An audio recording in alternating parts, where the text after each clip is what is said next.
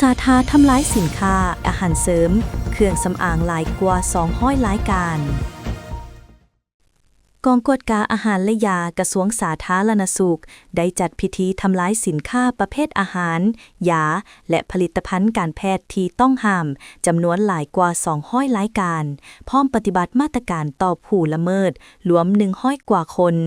พิธีทำลายสินค้าต้องห้ามเหล่านั้นมีขึ้นในวันที่21มังกรของ2026อยู่ที่สนามขี่เหยื่อหลัก32นครหลวงเวียงจันทน์นำทีมโดยท่านดร.บุญเลือนพลาดสโยธาหัวหน้ากองกวดการอาหารและยา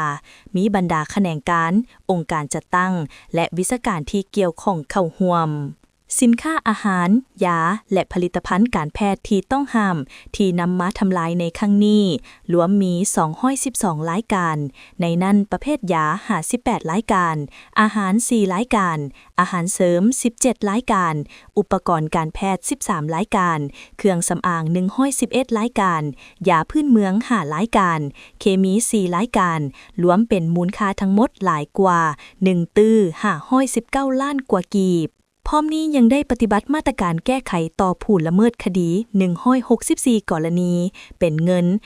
547ล้านกว่ากีบที่ได้มอบเข้างบประมาณของรัฐแนวใดก็ตามเพื่อสืบต่อรับประกันให้ประชาชนสามารถเลือกซื้อและบริโภคอาหารที่ปลอดภัยจึงได้เรียกร้องต่อผู้ดำเนินธุรกิจให้ปฏิบัติตามระเบียบกฎหมายที่ได้วางออกอย่างเข้มงวดในการนำเข้าส่งออกจำหน่ายผลิตภัณฑ์อาหารและยาที่มีคุณภาพและมีจรรยธรรม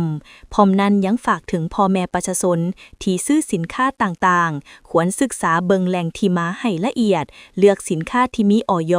และถูกต้องเพื่อความปลอดภัยและบ่เป็นอันตรายต่อสุขภาพเนื่องจากการนำใส่อาหารยาและเครื่องสำอางที่บ่ได้มาตรฐานหรือบ่มีเลขอย.รับรองอาจนำไปสู่ผลกระทบระยะยาวต่อสุขภาพเช่นการทำลายตับไต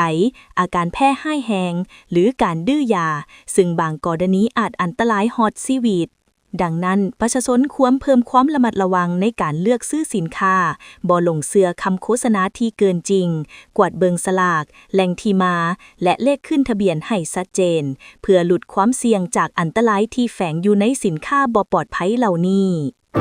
มีข่าวดีจะมาบอกสำหรับใครสนใจเช่าพื้นที่ขายเครื่องทุกประเภทและเช่าพื้นที่ป้ายโฆษณาอยู่ตลาดลาวสนใจสอบถามที่เบอร์02058389209สถานที่ตั้งอยู่บ้านสุพังเมืองไซธานีนครหลวงวิจันทร์